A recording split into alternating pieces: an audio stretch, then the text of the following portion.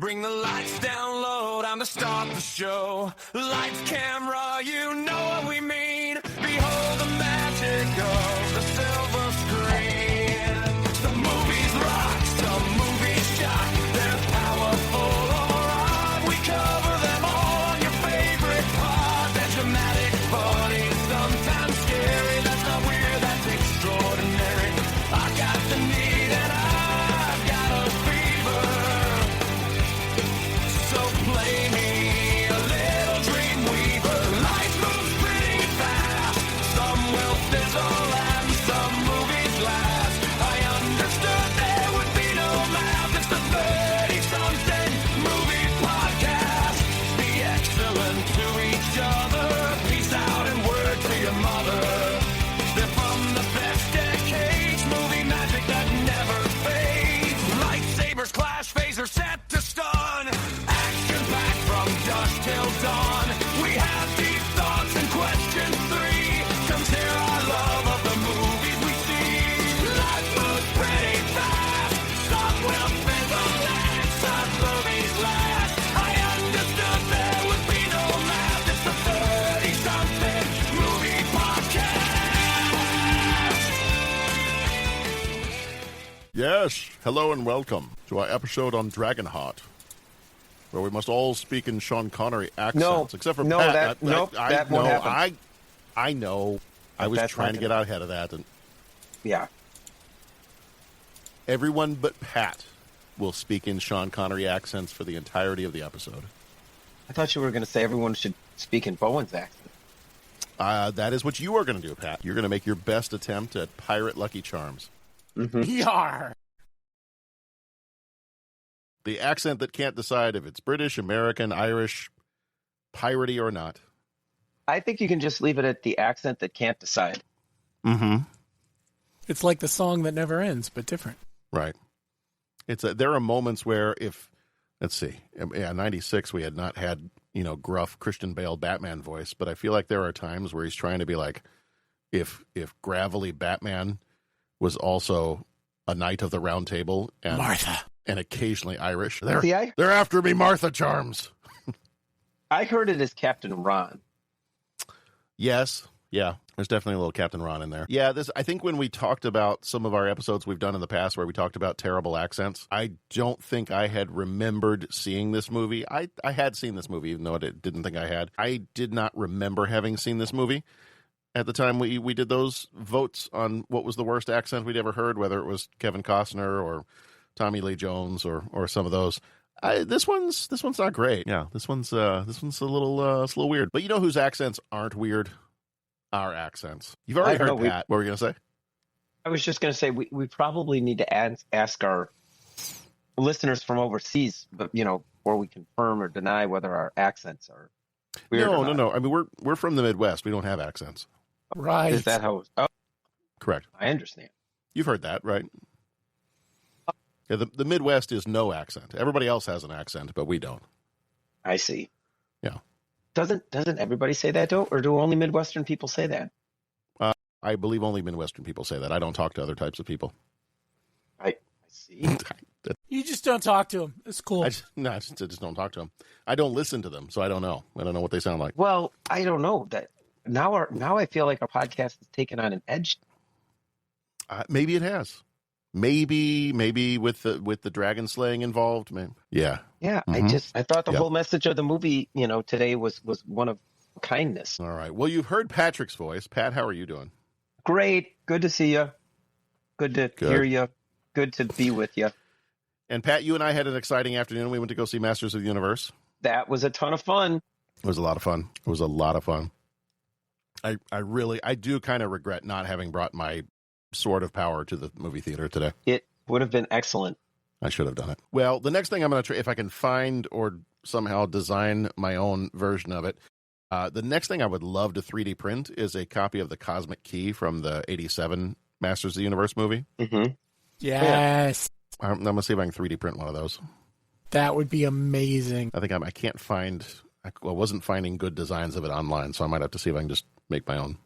How about an example of a character written for the movie, not in the original source material, who steals the show at parts. Like, Gwildor was amazing. Oh, yeah. Billy Barty. Who was Amazing. Wildor? If we dress like this, no one will recognize us. What the hell is that? See? The actor, Billy Barty. I'm just not recalling. Oh, the character, you mean? Cosmic Yes. Key. Oh, the little... You have to play the tones. yeah, the little guy who built the key, the guy who designed the key. Oh, okay. The little guy with, like, crazy furry hair and really long ears, and Yeah. he was kind of Yoda-ish. Yeah, he almost spoke in riddles, but not really, but kind of did, and yeah, all the Yeah, things. he was like the leader of the community in Willow. He was Gwildor in Masters of the Universe. He was, I think there was one. He was like Rumpelstiltskin in a version of that. Mm. Yeah, he did a bunch of stuff, and he was a voice actor too. I think he did some voice acting for Disney movies. Yeah. And Bo, how are you? Well, John, yourself? I am good. Good. Nice. Well, we're here to. I don't want to drag on any more than we need to before we get started. Boy, and it begins. Yeah. Wow. Oh, yeah, it does. The people aren't privy to the entire conversation we were having before we started recording, which more's the pity. But let's just say characters were mashed up that never should be mashed up. Indeed. Yeah.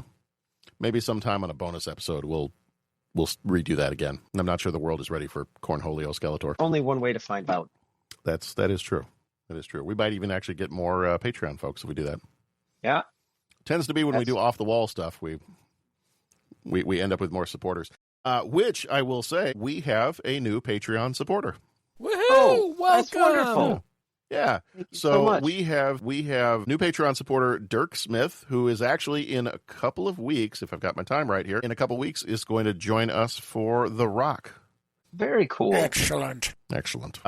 There we go. We got another Sean Connery movie. See? We've got two Look at this that. month. So yes, Matt and Dirk are from the Accidental Legends podcast, and they're going to be joining us in a couple of weeks for The Rock. And then we're going to rope them in a little bit later in the year for another movie they were interested in, but we'll keep that secret till now. Which, by the way, I have yes.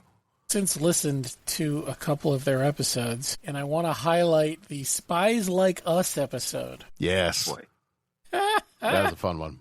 I haven't thought about that movie in far too long. Amazing. Those Yeah, guys that was a good those guys do the work, man. Yeah. Awesome. So, Dirk, That's thank you for being a Patreon supporter, Yeah, and thanks, man. co-executive producer, and we'll look forward to talking with you when we get on The Rock. Yes. Welcome to The Rock. To the Rock. There you go. Yeah. If you're Yeah. going to say it right. Right. Yeah. Come on. I'm sure there will be plenty of Sean Connery isms as we do this episode this time around.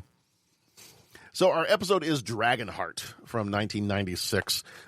This is a fun one. It's got some interesting. I think we commented before we started recording. It's got some interesting. What's the word I'm looking for here? Accent work. Some interesting choices were made. By some interesting choices being made. And, Sure. And you think about it, Sean Connery does play a Scottish, Lithuanian, Russian, so he's not exactly a stranger to strange accents. No. Well, it's not him doing the strange accent this time. Like No, but he does seem to attract Mm-hmm. those type of films. Yeah. So. Armageddon. Yeah. Yeah. Sorry. No, not at all. Detour. So let's go ahead and jump on into this one, and then we will we'll set some things on fire and see what comes out. Because fire's fun. Mm-hmm. Mm-hmm. May 31st, 1996, this movie came out, rated PG-13 with a runtime of 1 hour and 43 minutes. Directed by Rob Cohen, who did The Fast and the Furious and Triple X. Writers for this one are Patrick Reed Johnson, who did Spaced Invaders and Baby's Day Out. Also, Charles Edward Pogue, who did The Fly, the 1986 version, and Psycho 3. Psycho 3, The Search for Mother. I don't think that's Electric Boogaloo. Electric Boogaloo. I don't know. Yeah. Producers were Rafaela de Laurentiis, who also did Dune, the 1984 version, and Conan the Destroyer, and Patrick Reed Johnson, who did Angus and Spaced Invaders. Composer was Randy Edelman, who did Last of the Mohicans and The Mask. Cinematographer was Dave Egby, who did Mad Max and Pitch Black. Editor was Peter Abinson, who did Blade 2 and Hellboy. Production company is Universal Pictures. Budget was $57 million. Box office, $115 million. So it made back its money. It actually did pretty well. Flickmetrics gives it a 60, and CinemaScore gives it a B+. Dennis Quaid is Bowen. He was in The Day After Tomorrow and The Right Stuff. Sean Connery, who passed in 2020, was Draco. He was in The Hunt for Red October and The Rock.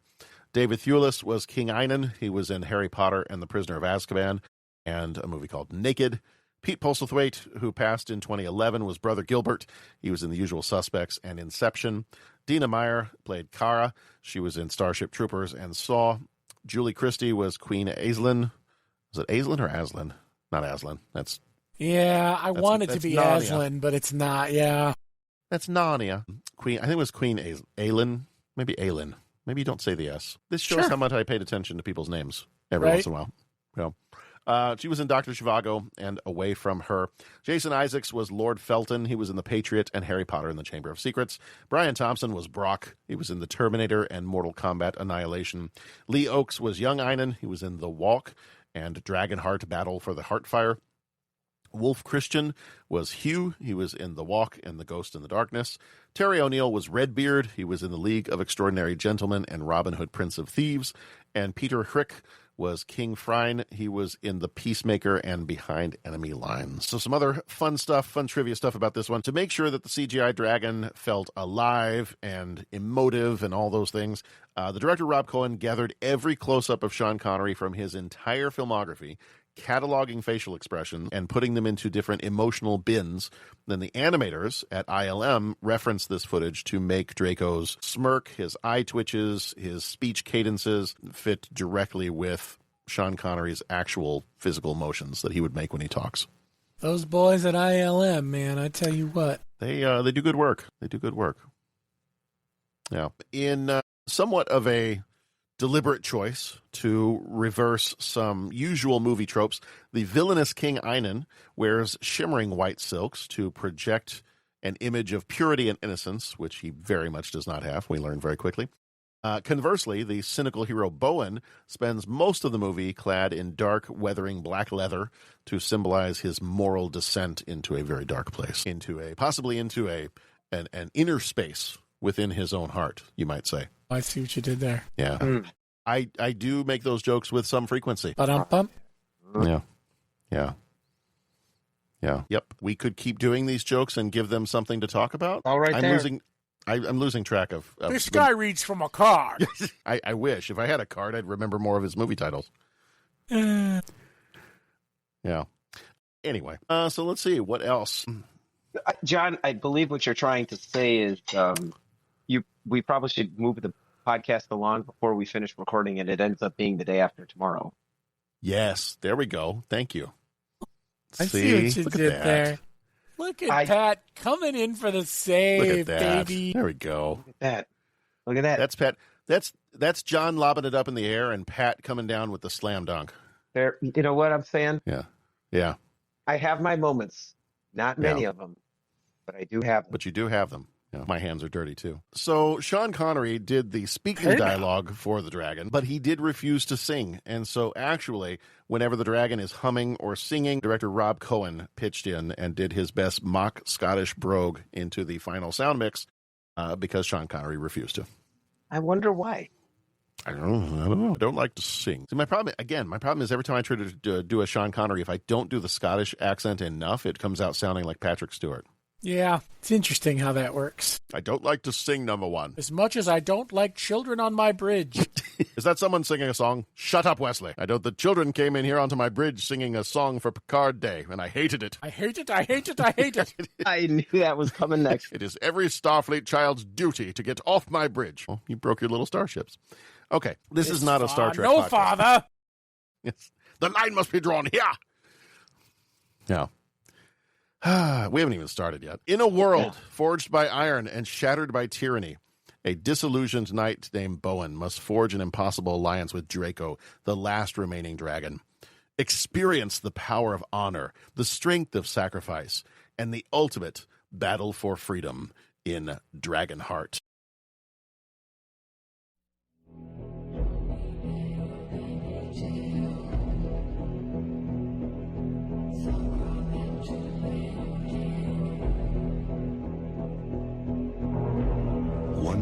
Years ago, there lived a man of honor and a creature of legend. Dragon Slayer, that is! I personally have seen him slay almost 2 dragons. Haven't had this sort of challenge in some time. Not likely to again. They were 2 sworn enemies. How do you like the ride so far? I will rid the world of every last one of you. I am the last one. If you win, you'll be out of work. Who formed an extraordinary alliance. I hope you like it well done. This knight, he's no dragon slayer. We made a bargain, remember? 1 dragon put down, 1 bag of gold. Well done, Quaid. That's even bigger than the last one. Actually, it's about the same size. This time, I'll collect the money, and you can die. But when the forces of evil threaten the land, In your kingdom, mine, and there are worse fates than death. Brother! they found there is no honor Men like you give people courage and hope. without risk. I wanted alive! And no friendship For I ain't to die, you must destroy me. without sacrifice. I go to save the dragon. Who will go with me?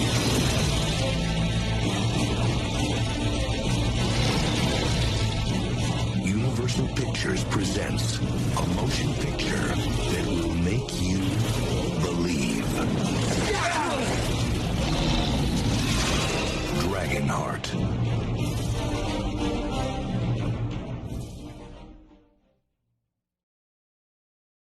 10 major moments for this one. We break it down into 10 major moments so that we can do a quick flyby, just like a dragon, quick flyby of the plot to get you up to speed here. So we start off in 984 AD, and I will say when they put the date up on the screen, my brain immediately went to, oh, it's just like Monty Python. Magna Carta? What? Yes. And there were a few moments in this one where I'm I'm channeling a little bit of Monty Python as I'm watching this, because I had seen this. I'm gonna go ahead and spoil our part of our discussion later on. I had seen this movie, but I didn't remember I had seen this movie. So I thought I was watching it for the first time. And as I'm watching, I'm like, oh, no. I remember this movie. But when we start off and we have both young Einan and then older Einan later on, it's something with his face and the light colored hair and everything else. I wanted him to be like, I wanted King Fryn, his father, to show up and be like, someday, lad, all these will be yours. What, the curtains? No, not the curtains. I kind of wanted that to be how this went, because just like the way he looked, he kind of looked like that character in Monty Python and the Holy Grail to me. Yeah. But I don't want to be. Shut up, Alice. In 984, Sir Bowen mentors the young Prince Einan in the old code of chivalry. When Einan's tyrannical father is slain during a peasant uprising, the prince is accidentally mortally wounded by a peasant girl named Kara, prompting his desperate mother, Queen Aisling, to beg a great dragon to save him. The dragon splits his own magical heart to resurrect the dying boy on the strict condition that Einan promises to rule the kingdom with absolute justice. Instead, Einan breaks his word instantly upon taking the crown, turning into a cruel, enslaving despot who blinds Kara's helpless father. Convinced the dragon's physical beast heart has fundamentally corrupted his former pupil, a devastated Bowen abandons his noble knightly vows. He swears an oath of absolute vengeance against the entire dragon race, spending the next 12 years wandering the land as a cold, mercenary dragon slayer. Years later, Bowen tracks the final living dragon down to its cavern lair, resulting in a grueling physical stalemate.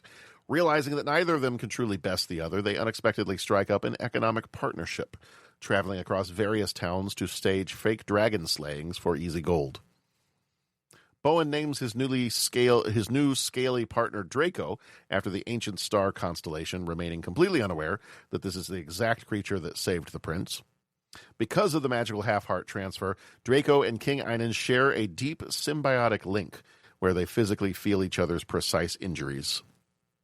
After a failed assassination attempt on Einan's life, Kara escapes custody with the aid of a sympathetic Queen Aisling, only for her fearful village to offer up her as a virgin sacrifice to Draco. When Einan tracks her to Draco's cave, he battles Bowen, mockingly revealing that his inner malice was always his own, not the fault of the dragon's heart. Disillusioned by the realization that he failed his pupil, Bowen initially refuses to join Kara's rebellion, but Draco saves them from a vengeful mob of villagers who discovered their stage-slaying scam. Draco flies the group to the sacred ruins of Avalon, where a ghostly vision of King Arthur restores Bowen's shattered sense of honor. With Bowen and Draco committed to the cause, they organize and transform the local peasants into a highly coordinated fighting force. The rebel group launches a massive assault on the Crown's armies, winning the battle until Brother Gilbert strikes Einan in the chest with an arrow, causing Draco to drop from the sky in shared agony. Realizing Draco's heartbeat keeps him completely immortal, Einan imprisons the beast and murders his own mother when she tries to end Draco's suffering. The rebels storm the castle, and after a fierce battle where Bowen throws Einan from a high tower, Draco begs the knight to strike his exposed heart to end the king's rule forever.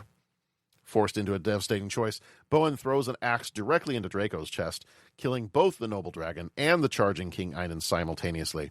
As he passes, Draco's physical body dissolves into starlight, ascending directly into the heavens to claim his eternal place in the dragon constellation. Those are your 10 major moments, and now it's time for our deeper thoughts. And now, Deep Thoughts. I have an opinion on this matter. Don't mince words, Bones. What do you really think?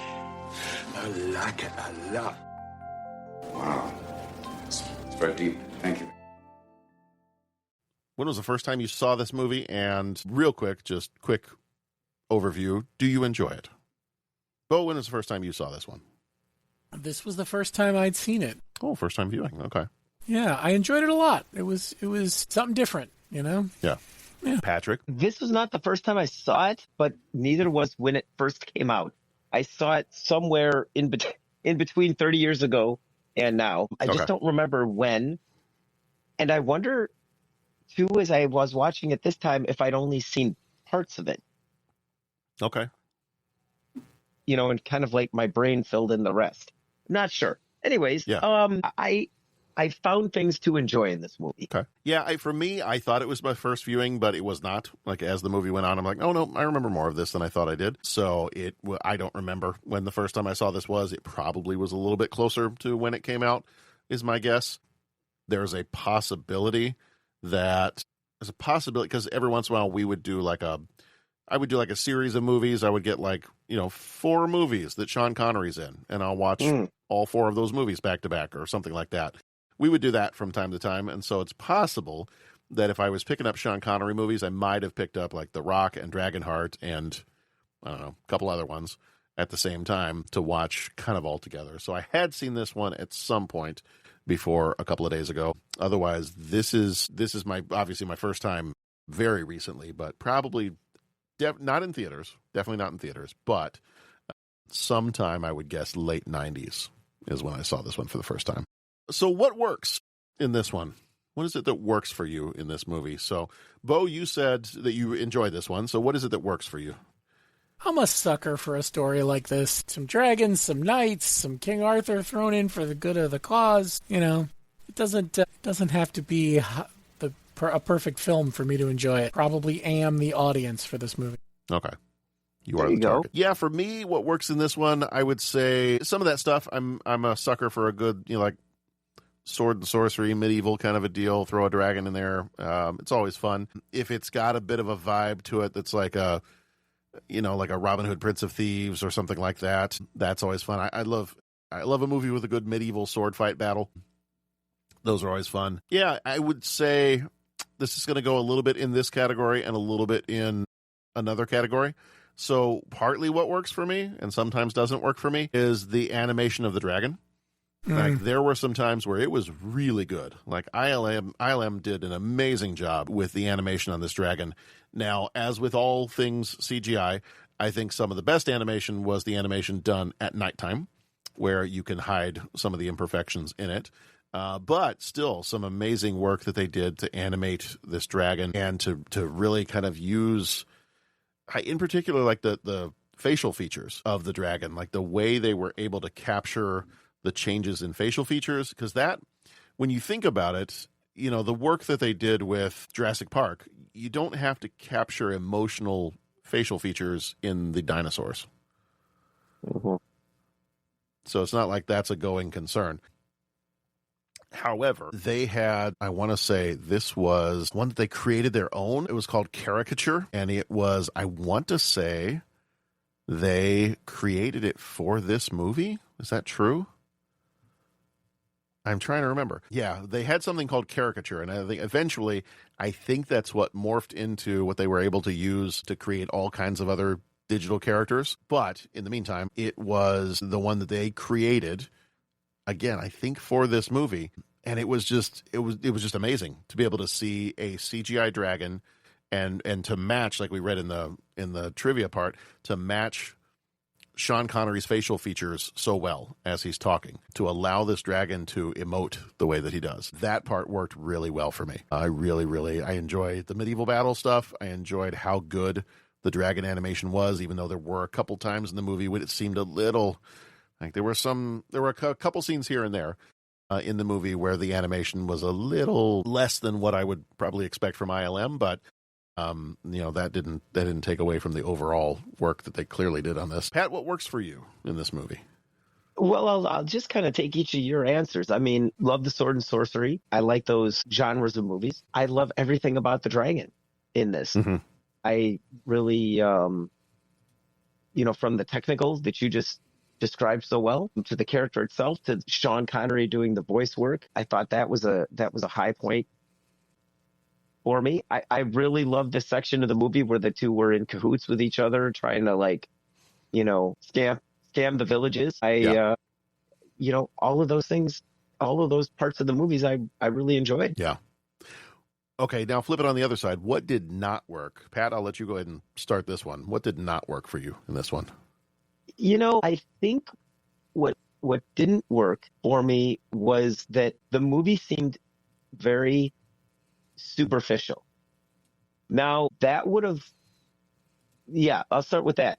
I think like the opening section, and I remember having seen up until the point that the dragon and Draco and Bowen go into, as I said before, cahoots. It's right up until where they start their scam.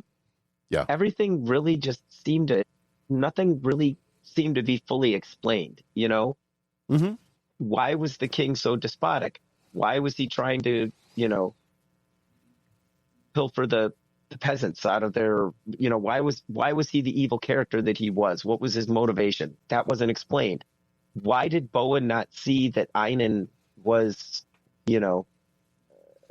not a good person? What was why did he turn a blind eye to it? Is it an Anakin Obi-Wan type thing where Einan just became bad? This is pretty clear from early on. Like he's not a great kid. Yeah, he's not a great kid. Why did the so the dragon gave him the gift of half of his heart. Like that seemed to come out of nowhere, especially when there was already some distrust between the two halves. Why was the mom duped into believing that Einan was okay? I mean, she even said at the end, I should have let him die. Like none of that was really explained. And so you get the effect that, it was just one thing right to the other. I didn't understand everyone's motivations. It Sure. wasn't really making sense. Now, that being said, okay, if this movie was rated, G and was supposed to be for very little kids, or, to where they probably won't pick up on those things, but they just want to see a dragon on screen and kind of laugh with the silly parts, when like Bowen was getting dragged through the woods there when they were first kind of fighting each other. Then okay, then that would work. And I've seen movies like that. Like you kind of just, okay, this is supposed to be visually entertaining for the kids. We're not going to go into depth with it. That would have been fine. But then the thing that kind of got me about that is there's some pretty like heavy stuff in this movie, and they kind of brush right over it. I mean, the idea that, these wonderful creatures, also sentient beings. So it's not just, we're hunting an animal or we're hunting a creature to extinction, but like these are other, sentient creatures. So you could even describe this as a genocide. Yeah. That's a pretty sad thing. And that's not really ever drilled down on. Like they just brush right over that. Do you know what I'm saying? And so that was kind of what also kind of got me too, is it was like, man, that could have been a pretty big,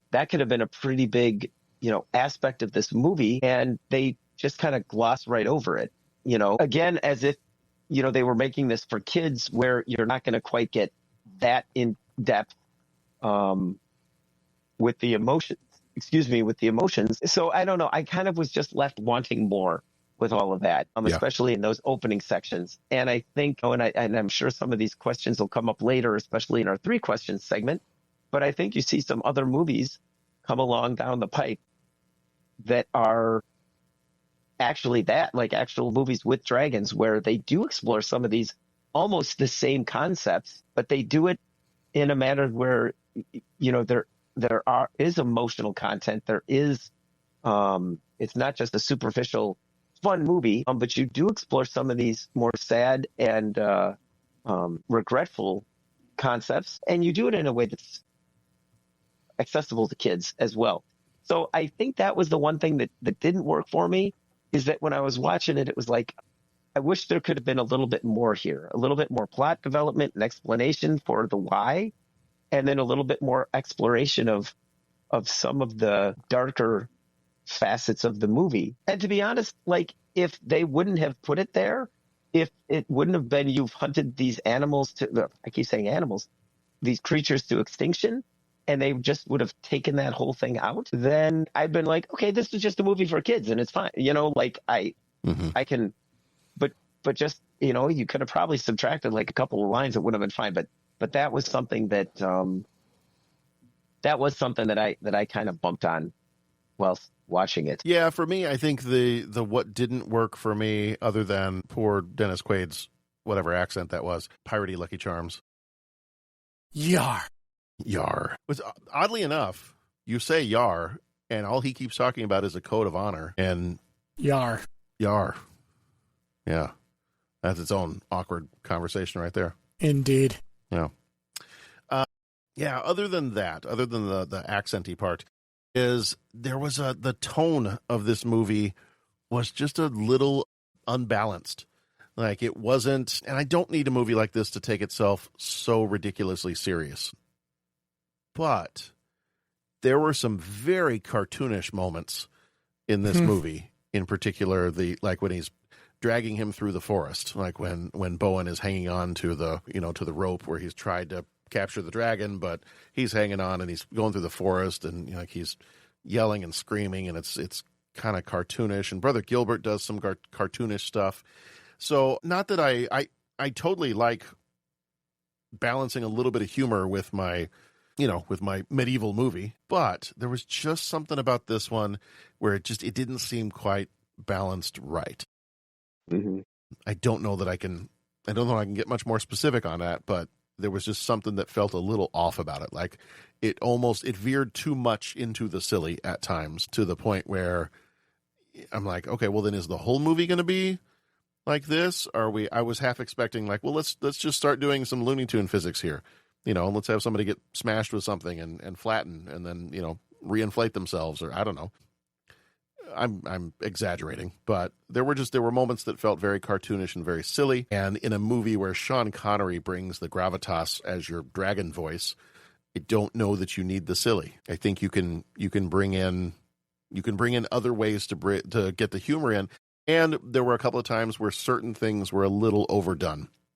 Mm-hmm. Like Brother Gilbert is, trying to hit somebody with an arrow, and he keeps dropping these like Arnold Schwarzenegger one-liners every time he tries to shoot somebody with an arrow. And then I think almost immediately after that, I want to say Dennis Quaid does the exact same thing. He like goes to kill somebody and, drops this like zinger of a solitary line there, and then goes on. The law. Yeah. So yeah, there was just a couple things. It felt a little unbalanced to me in terms of its tone, its vibe, its that kind of stuff. Otherwise, it was fun. It was a passable movie about dragons. So I don't want to fault it too much, but there was just enough that I was like, okay, I guess I've seen it twice now. I'm probably okay. I don't know that I'll come back to it again. But was there anything that did not work for you? I think you guys have hit on it really well. There are days when this movie will hit all day long, and there are days when it won't. This is the kind of movie you sort of have to go in knowing what you're about to watch. If you're in the right frame of mind, you're going to enjoy it. You're going to absorb the fantasy of it and be fine. if you go in looking with too critical of an eye or looking for high concept film, yeah, this isn't it. I think it's definitely a frame of mind movie. If you're in the right headspace, you're going to enjoy it. Yeah. So specifically performances in this one, we've talked a little bit about how there might have been a little unevenness to the voice work of Dennis Quaid in this one. Well, and you gave us a little tip off that there's some inconsistency in the Sean Connery just because he didn't do the singing. Right. Which is an interesting little tidbit. I don't want to sing. Don't like it. I'm enough of a celebrity that I don't have to. I was just in The Rock. I don't need to sing for you. Yeah. Dennis Quaid, otherwise, I thought he was fine. There are times where, I think, Bo, you mentioned it earlier, Inner Space, I love him in Inner Space. Yeah. He was really good in Day After Tomorrow. But there are times where sometimes Dennis Quaid can come across as a little stilted. Mm-hmm. And I feel like there were moments in this movie that he, again, a little inconsistent. There were moments in this movie where the acting on his part seemed a little stilted, and then times where it was totally fine, and he did a great job. But I felt like there was a lot of anybody in this movie, I felt like he was the most inconsistent of the actors in this movie. Everybody else, I thought, was totally fine. Like the Dina Meyer, who played Kara, she was fine. Brother Gilbert was fine. Draco was fine. King Einan was fine. The only really Dennis Quaid was the only one that I felt like had moments of greatness and moments of not so greatness. But otherwise, how do you beat Sean Connery as a dragon? I don't know. Right. I mean, that's just awesome. I think that's really the part that stole the show for me. Yeah. Just in terms of story and in terms of just visually and effects and so forth. So here's something funny about the King Einan character, David Thewlis, the actor. He plays Professor Lupin in the Harry Potter movies. Yes. And I was reading something up on him not too long ago. And his wife, I don't know if it's his current wife or not. Yes, his current wife, I believe her name is Hermione. Wow. Which is not a stretch. I mean, it's a British name, so. Sure, but it's just an interesting little. But yeah, kind of funny. Interesting little thing. Yeah. And then I was trying to remember, having not seen this movie in such a long time, I was trying to remember, other than Starship Troopers, where she plays Dizzy Flores, I was trying to remember where I had seen Dina Meyer from before. Mm-hmm. And I couldn't quite place it. Sometimes to me, she looks a little bit like, there are moments that if Michelle Pfeiffer needed a stunt double, I feel like she could be a Michelle Pfeiffer stunt double for things, which ironically, that is very close to where I recognize her from, because did you guys ever watch back in the, was it early 2000s? I'm trying to remember when that came out. I think it was like early 2000s, maybe 2004 or sometime around then. They did a TV series. It only lasted, I want to say, one season, and she played Barbara Gordon, Batgirl, Oracle, in the Birds of Prey TV series. I remember it, but I didn't watch it. Okay, I did watch that. I think I checked it out from the library one time, and I watched. It's only 14 episodes, but she was Barbara Gordon. She was Batgirl in that TV series, an older Batgirl who had already been paralyzed by the Joker and was acting as the Oracle character. Interesting. That's where I remember her from. She also, if looking at her IMDb, she also apparently played a character in Star Trek Nemesis. So, really? Yeah. Very interesting. So, yeah. But yeah, it was the Birds of Prey TV series that I had remembered her from. And then Pete Postlethwaite, always fun. Like he's always a fun time, anytime he shows up in a movie. Brother Gilbert. Story-wise, how did the story work for you? Was the story, I felt like enough of the story was easy enough to follow. Like there might have been, I think, Pat, as you were mentioning, there might have been some motivational issues. Mm-hmm. Like, why was somebody doing this, or why was this necessary? Or there could have been, I think, I'll just say this, then I'll shut up and I'll let you guys talk. I think there could have been a little bit more world building that did not happen in this movie, and that might have helped a bit. So I think that's all I'll say with the story. That's the only fault I'm going to place on the story, is I thought the story was a fairly basic one, kind of unique in that the dragon gives half of its heart to someone to keep it alive, and then that person corrupts that half of the heart and all that. That's unique enough. I think there were bits and pieces where It could have cleaned up the story a little bit, and a little bit of world building would have gone along. Yeah, like the mom just standing up and saying, "Yes, we'll take him to the dragon."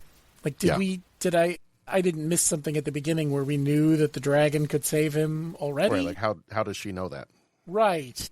That's a little clunky. I mean, it's not end of the world clunky, but if you're talking about world building, that's certainly a lacking bit there. There's a weird relationship going on between the dragon and the queen. Yeah, like she knows him. Yes, she does. And when they talk, you even feel like, like if it was Game of Thrones, it would make sense because the queen's been, Yes. living we've with known dragons each all other. their We've life. known each other for some time. Exactly. I call her Her Majesty Penny. Boy, there we go.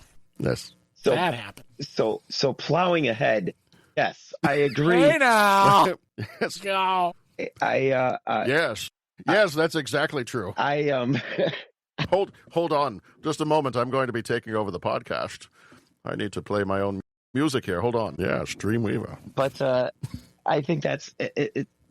I said the same, was kind of feeling the same things, that a lot of stuff wasn't explained. And then I think there was a whole, and I'm repeating what I just said probably 5 minutes earlier, there was a whole bunch of story that was kind of presented, but then not explored. And that, again, the component of, you're basically seeing the extinction of the dragons, and we don't explore that. There's no emotional content with that. There's no, man, this is just a sad section of the movie. There's a sad, and there's nothing given to that.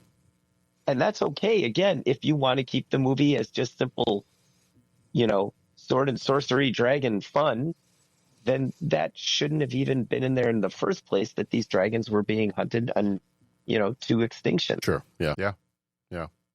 And it's interesting how, talking about the dragons and thinking about how this movie kind of a little bit, I think, changed the trajectory of what we could do with dragons and how dragons were viewed in movies a bit. I would say I don't know if I want to say it's this movie. Maybe it is this movie. I'm trying to think of how many other dragon movies you really have. But your dragon is typically your villain in most other movies. You had, what was it, Dragon Slayer from 81. Mm-hmm. The dragon in that was the antagonist. You get this. I don't know my dragon movies well enough to know, is this one of the first times you really get a friendly, other than Pete's dragon, is there a time where you get friendly dragons? What year in was other movies? Flight of Dragons? That's a good question. Kind of a Okay. personal favorite of mine. Yeah, Flight of Dragons was 82, so okay. definitely friendly dragons there. Yeah. So, I mean, I guess you have had friendly dragons before. Obviously tougher to do in a live-action movie. Mm-hmm. But then you kind of, then we have, as we give our dragons, especially in live action movies, a little bit more personality, then we start to move into, the 2000s, the 2010s. You've got, and I know, Pat, this was a big one among your family, the How to Train Your Dragon movies. Mm-hmm. That was kind of like, making it even more, what's the word I'm looking for? Friendly is not the word I'm looking for, but there's a word I'm looking for that's like friendly. More sympathetic. I think your dragons are more sympathetic characters, less likely to be maybe your antagonists like they would have been in stories of the past, and then I think as we get into the later 2010s or mid 2010s, you had Desolation of Smaug. And so we have Benedict Cumberbatch playing that one, which is another great one. Yeah, there's been a lot of fun dragons over the years. Game of Thrones obviously had some. Did you guys end up watching the movie Reign of Fire? Yes. Did you? Okay. I have not seen that one, so I don't know how that one compares with some of the other ones we've been talking about. I've only seen it once, and if I'm thinking of the same thing you're talking about, I think they're presented more, animal than sentient creature. Okay. It's kind of what I thought. It's almost like they're presented a little bit more like the xenomorph. Sure. Okay. So. Okay. All right. We'll get to that. What's that? 6 years from now? Right. Well, we'll get to that one. Yeah. But who's counting? Right. Right. And I want to say that the idea of dragons as being good, just in books, I think that that's probably been a little bit more, that concept has been presented a little bit more readily than in the movies. You know what I'm saying? Yeah. So, because I'm like thinking, really, is this the first time that a dragon has been presented in a life? And then, but then you were talking about like Pete's dragon, and yeah, right. So I guess there have been some.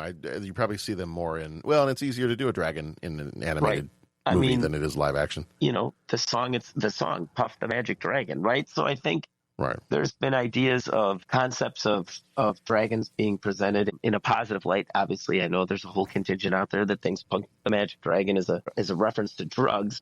If you're presenting it as allegorical to the loss of childhood innocence, then it fits in as well. Yeah, it's an interesting. Yes, I knew Puff the Magic Dragon. We hang out a lot in college. I don't know where to go after that. Yeah, that definitely was an avenue. Yes, my good friends in college, Puff and Cheech and Chong, very good friends. Yeah. So overall, I think fun movie. A little for me, a little inconsistent in the delivery, but always fun. Anytime you can have a dragon voiced by Sean Connery, yes, have some. All right, Trebek, it's time to ask them 3 questions. He asks each traveler 5 questions. 3 questions. 3 questions. It's impossible to answer. Impossible because you don't know the answer. Nobody could answer that question. I want to ask you a bunch of questions. I want to have them answered immediately. What you just said is one of the most insanely idiotic things I have ever heard. At no point in your rambling, incoherent response were you even close to anything that could be considered a rational thought. Everyone in this room is now dumber for having listened to it. I award you no points, and may God have mercy on your soul. All right, question number 1. What is your favorite dragon in a movie, TV show, or book? Or any type of dragon in any type of story at all? What's your favorite? Oh, what's your favorite? This is tough, but I did go back to Flight of Dragons. Big fan. You shall see this dark determination, I swear. By this red crown, source of all my dark power, so be it, now and forever. Farewell! Can you not feel the world turning in my direction already?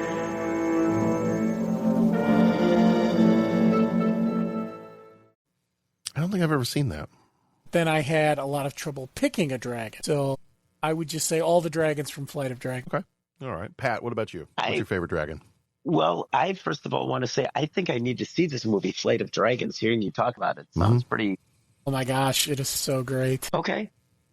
Yeah. I'm putting it in the chat, the IMDb link in the chat right now. Nice, thank you. It's a Rankin Bass production, so you know, and it's going to come up again in our 3 questions.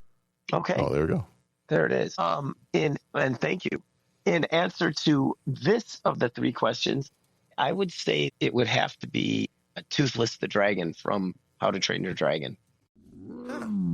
Toothless. I could have sworn you had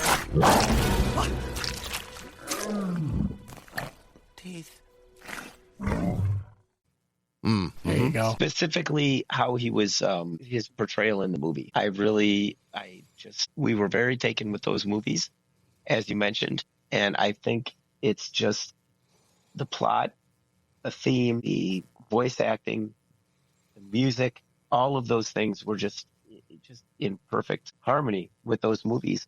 And so I was very, very much taken. Nice. All right. I originally had a different answer for this one, but then I realized I could switch some things around a little bit, and I could use my original answer for this one in my answer for upcoming question number 3. So I'm going to take the original answer I had for this one, and I'm going to slide that over to be my answer for question number 3. My answer for this one, though, favorite dragon, is going to be Trogdor the Burninator. There you go. I mean, it was just a dragon.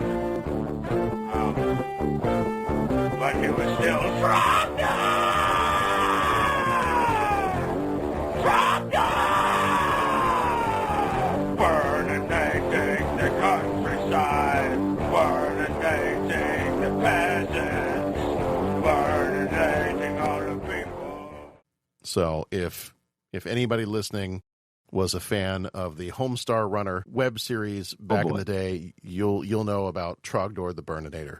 Oh boy. Burninating the villages, burninating all the peoples. Yeah. Yep. Homestar Runner. Every time I Trogdor. Good pull on that one. He's got the one beefy arm. Said consummate fees. All right. Question number 2. What celebrity would you cast to voice a dragon in a movie?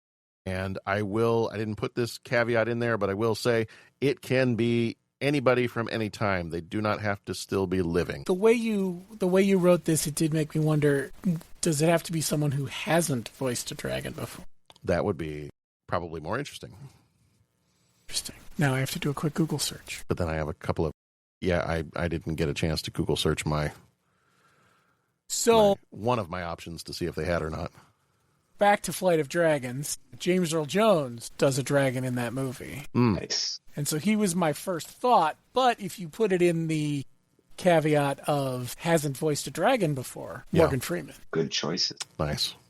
Very good choice. So for mine, okay, so the problem I think I'm going to run into is I didn't think he had voiced a dragon, but I think maybe he did. Hmm? When I did a quick search just now, yes, he did. Oh, well.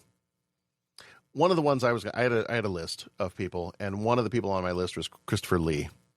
Oh, there you go. I thought he would be good, but apparently he voiced the Jabberwocky in the 2010 Alice in Wonderland movie, the Tim Burton one. Okay. Sure. So if that's the case, let's just go back and let's do super old school. And I don't think he ever voiced a dragon. Let's just go back and do Orson Welles. There you go. I think he'd be fun. I had one other one on my list here. Actually, I had 2 other ones on my list, but I don't want to. I'll save those in case anybody else chooses them. We can do a runner-up, but I'll go Orson Welles. Great as Unicron. Mm-hmm. Here we go. Patrick, who are you having voice your dragon? Well, I'm just going to go with, and I'm going to keep it on the Transformers bend here. I would say the voice of Optimus Prime, Peter Cullen, I think would be. Yes. That voice was such a part of my childhood that I think that's got to be the answer to this question. That is a good one. That would be a really good one. Flight of Dragons, roll out. There you go. My runners-up are both Michaels. I had Michael Wincott with the very, very gravelly voice. He's in the Three Musketeers movie and the Count of Monte Cristo movie and all kinds of other fun stuff. And then Michael Dorn, I thought would be a good one. There you go. I am a dragon. I am not a merry man.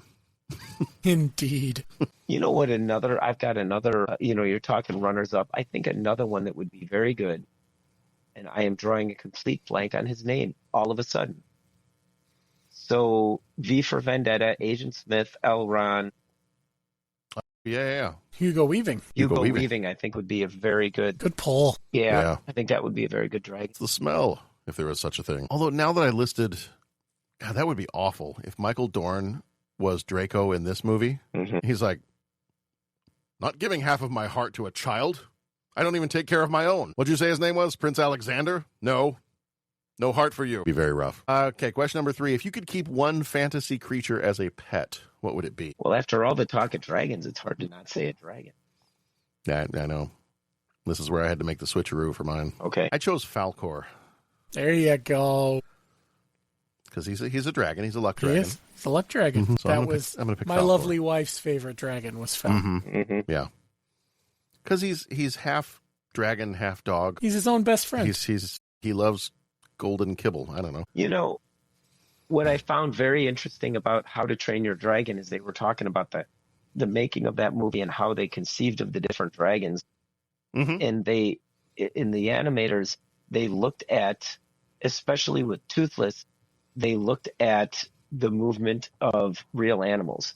Like there's parts of what how Toothless moves like a big cat. I think they said like a jaguar or something. So they've got. It was just interesting what they modeled their dragons on. All right, so Pat, you picked a dragon. Yeah, I think I got to pick a dragon. Okay, Bo, did you pick one yet? I didn't. Okay. Magical creature as a pet. Yes. Although I would Cheshire Cat. There would be a lot of mischief in your house if the Cheshire Cat was your pet. I think it'd be fun to get into some mischief. Could be fun. Well, and I would have to modify my answer too, because I don't know, if it's a dragon as in the sense of like how it's portrayed in this movie, then it really wouldn't be a pet. It would be a partner. A companion. Mm-hmm. Yeah. A partner in all your heists. Yeah. I mean, this guy's got some larceny in him. It's fun. I guess recency bias, my runner-up answer would be Cringer. Yeah. Yes, that would be a very good one. It'd be fun to have a green and yellow striped tiger. Yeah. That you could ride into battle on. Right. John, you referenced it, and so I'm gonna drill down on that. Obviously we just saw the new Masters of the Universe movie recently, and excellent movie, awesome, and a ton of fun. It's interesting because I think you referenced earlier in the pod, you were talking about the humor in this movie. Yeah. And can you refresh the viewership? You were saying that some of the humor didn't work, or it did work. What was your point that you were making on that again? This one, I feel like the moments in this movie, it was too, the spectrum was too broad. Mm-hmm. Like there were moments that tried to be too serious, and there were moments that were trying to be so silly and funny. Mm-hmm. And I think that it just felt like this pendulum just kept swinging so far from one end to the other. And I don't know if this is what you're bringing up with the Masters of the Universe one, because it actually has its own kind of funny, silly, goofy moments. But I also feel like to a certain degree, the Masters of the Universe movie doesn't swing so far into the serious realm. I feel like if your pendulum is swinging, it's a real quick little swinging motion from here's kind of serious to kind of goofy, kind of serious, kind of goofy. Whereas this one, I felt like there were very serious moments swinging all the way to cartoonish. Right. And that's what I feel like the Masters of the Universe really threaded that needle very, very well. Yes, I agree. And I think that this movie could have found that as well. Or it could have been a humorous, lighthearted movie with just but still have a heart, still have give room to some of that emotion as well. I just feel like it wasn't as in sync as what we saw with the Masters of the Universe. Sure. Yeah. All right. Do we have anything else we want to say about Dragonheart before we leave this one? There were multiple sequels to this. I'm not quite sure how, if the last dragon was killed, but there were many multiples of sequels. I was unaware of that. Mm-hmm. I feel like they were a lot straight to video, but yeah. Interesting. There was Dragonheart, A New Beginning. Oh, what? Dragonheart, A New Beginning is the only sequel. They're all prequels. And then the rest are prequels. Dragonheart 3, The Sorcerer's Curse, Dragonheart, The Battle for Heartfire, and Dragonheart Vengeance. Well, you gotta get some vengeance. Yes. Well, I would say that, if you're a fan of the sword and sorcery, see the movie. There's some there's some fun stuff in here. Agreed. All right. Well, that's going to do it for this one for us. We've got some fun stuff coming up here. This month is July Maximum Destruction Month. So far, we have done, last week we did Independence Day. This time was Dragonheart. Next week, we're looking at Twister.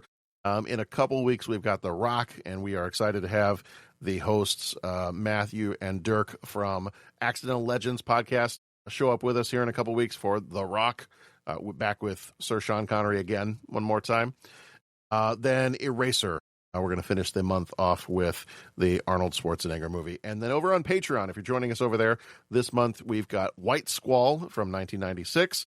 And our Patreon short will be on Spider-Man Brand New Day, the new Spider-Man movie that's coming out this year, 2026. So got some good fun stuff coming up, whether it's on the regular feed, whether it's on the Patreon feed. Join us on both. There is good stuff all around. Speaking of good stuff all around, thank you, gentlemen, for joining me as always. Thank you, John. Right.